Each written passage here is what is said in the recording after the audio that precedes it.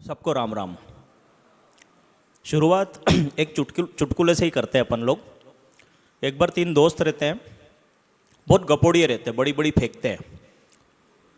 तो पहला दोस्त बोलता है कि मेरे बापू की हाइट इतनी लंबी है, इतनी लंबी है, इतनी लंबी है कि वो बड़ी बड़ी दीवारें फलांग जाता है, बड़ी बड़ी मतलब बिल्डिंगें भी फलांग जाता है, लंबी लंबी फेंकता है। दूसरा बोलता है कि मेरे बापू की हाइट तो तेरे बापू से बहुत लंबी है, वो नीचे खड़े रहता है, नहीं ये हवाई जहाज जाते उनको यूं करके हाथ लगा देता है। तीसरे ने देखा कि दोनों बहुत फेंक रहे हैं, तो उसने बोला मेरे बापू की हाइट तो तुम दोनों के बापू के हाइट से बहुत लंबी है, पर वैसे गेलेपने नहीं करता है।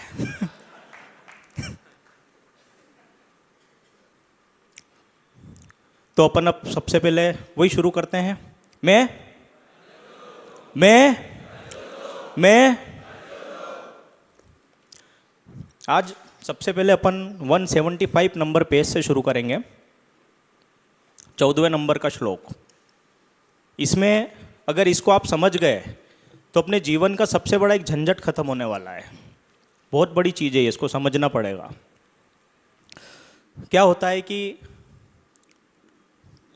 पहले तो एक बात और आपसे एक लाइन बोलूँगा मैं, उसके आगे की लाइन आप बोलना। क्योंकि क्या होता है कि गीता पढ़ना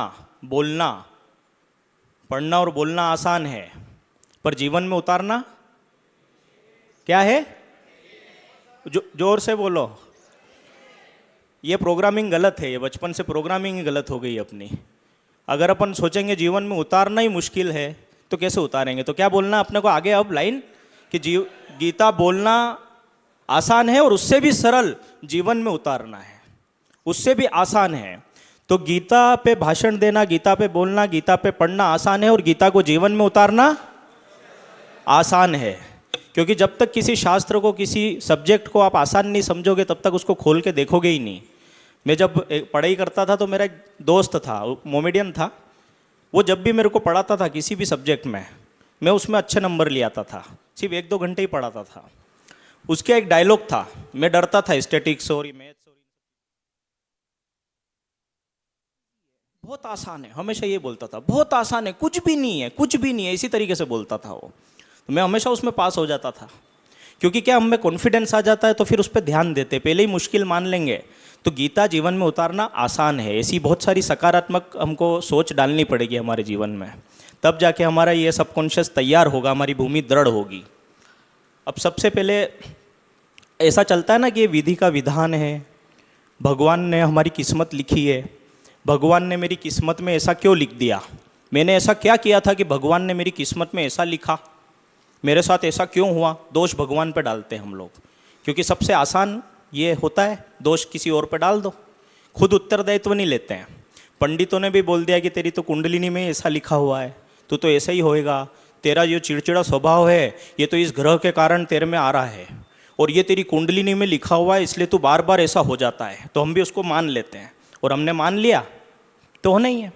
तो यहाँ पे परमात्मा, गीता का रेफरेंस बता रहा हूँ, हमेशा याद रखना। यहाँ लिखा है कि परमात्मा सर्वसमर्थ है, उसका यह विश्व किसी अलौकिक नियम मर्यादा में बंधा हुआ है। उसी नियम को स्वभाव, नियति, सृष्टि क्रम और ईश्वरीय नियम आदि नामों से पंडित पुकारा करते हैं। विद्वान लोग ऐसा बोलते हैं कि ऐसा होता है, भगवान ने इसे बना रखा। यहाँ पे भगवान बोल रहे हैं। अब इस पर भगवान ने कहा कि जगत का प्रभु मनुष्य में कर्तापन नहीं रचता। मतलब भगवान ऐसा कुछ नहीं रच रहा है कि मनुष्य ये कर्म करेगा, कर्तापन नहीं रच रहा है, और ना ही उसमें कर्मों को ही रच देता है, कर्मों को भी नहीं रच रहा, और ना कर्म के फलों के संयोग को रच देता है, ये भगवान नहीं रच रहा है। ये सब स्वभाव करता रहता है। स्वभाव वही त्रिगुणातीत, जो 3 गुणों रज सत्व तम, ये जो सृष्टि के स्वभाव है, इससे हमें प्रेरणा आती है, उससे हम कर्म करते हैं। क्रिया का करना, आगे बता रहे हैं कि क्रिया का करना आत्मा की अपनी स्वतंत्र इच्छा की प्रवृत्ति है। उसी स्वतंत्र इच्छा से या स्वाभाविक इच्छा से कर्म किया जाते हैं। स्वतंत्र इच्छा है, करना नहीं करना, गीता पढ़ना नहीं पढ़ना, कोई कर्म को अच्छा करना बुरा करना, ये सब हमारी स्वतंत्र इच्छा पे डिपेंड करता है, हमारे हाथ में ही है।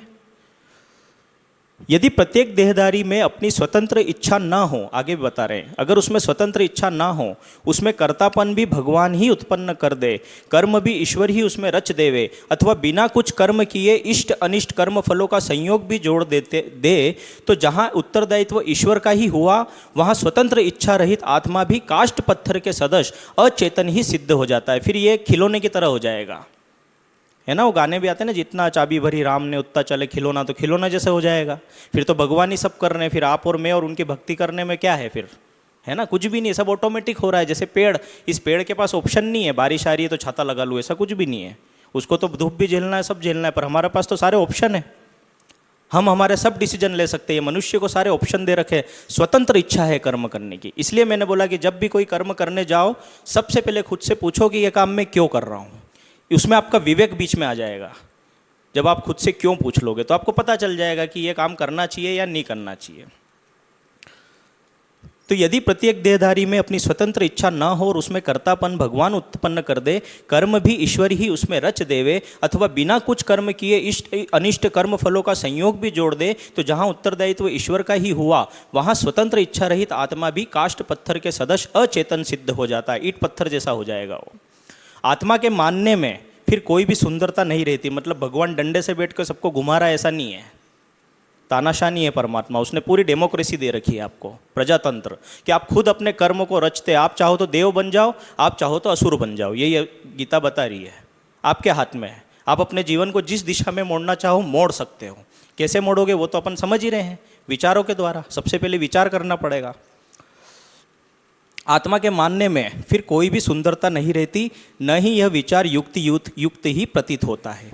इसलिए यही भद्र है, यही अच्छी बात है, और यही यौक्तिक सत्य है, यह साइंटिफिक सत्य है कि देहधारी आत्मा अपनी स्वाभाविक स्वतंत्र इच्छा से कर्म करता है।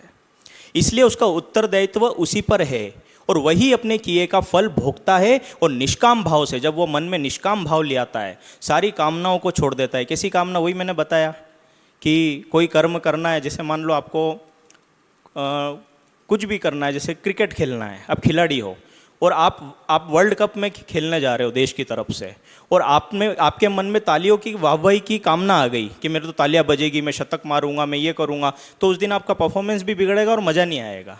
पर अगर आपका एक ही चीज़ पे ध्यान है कि मेरे को तो सिर्फ अच्छे से क्रिकेट खेलना है, जैसे मैं गली में खेलता था, जैसे मेरे ग्राउंड में खेलता था, वैसे ही मुझे वहाँ पे क्रिकेट खेलना है, बहुत अच्छा क्रिकेट खेलूँगा आज मैं जाके, तो बाकी सब अपने आप मिल जाएगा, है ना। तो उस कामनाओं को त्याग के जब निष्काम भाव से आप काम करते हो तो मोक्ष भी उसी का होता है।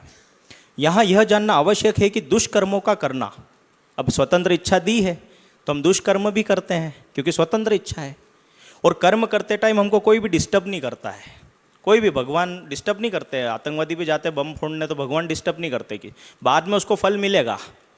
तो ऐसे दुष्कर्म हम कर रहे हैं जब हमको कोई डिस्टर्ब नहीं करेगा, ना प्रकृति करेगी ना परमात्मा करेंगे, कोई भी छेड़छाड़ नहीं करेगा, कर लेने दो उसको, है ना। क्योंकि उसी से सृष्टि चल रही है। असुर पैदा होंगे तो फिर हम जैसों को देवों को मारने का खूब मौका मिलेगा, जो गीता पढ़ रहे हैं अपन सबको। तो ये एक प्लेटफॉर्म है ना, एक प्लेटफॉर्म रचा है। तो उस प्लेटफॉर्म में अच्छे भी हैं बुरे भी हैं। अब आपको किसकी टीम में रहना है? भगवत गीता की टीम में रहना है कि आपको सामने वाले की टीम में रहना है? असुर बनना है, दुष्कर्मों को देखना है, अनुचित स्वरूप को देखना है, अनुचित शब्द को सुनना है। ये सब जो भी कर्म आप करोगे ये शक्ति का दुरुपयोग मात्र है, आप उसका दुरुपयोग कर रहे हो। जब भी आप ऐसे कर्म कर रहे हो, भगवान की दिए हुए पैसों का, जैसे आप किसी ने आपको बिजनेस करने के लिए पैसे दिए और उससे जाके आप पब में चले गए, डिस्को में उड़ा के आ गए सारे पैसे, तो ये वैसे ही है कि आपको ये कर्म की जो शक्ति दी है उसका दुरुपयोग करते हैं हम लोग। जब हम कुछ अनुचित चीज़ें करते हैं तो वो आत्मा की स्वभावगत शक्ति नहीं है। मतलब आत्मा को ये अच्छा नहीं लगता है, ये जब आप करते हो तो आत्मा को ये पसंद नहीं है ना। हम लोग इसको, मतलब ये जो मन बुद्धि अहंकार है, ये आगे आएगा, वो उससे हम ये सब करते हैं, पर आत्मा को ये पसंद नहीं है, अंदर से स्वभाव की शक्ति नहीं है।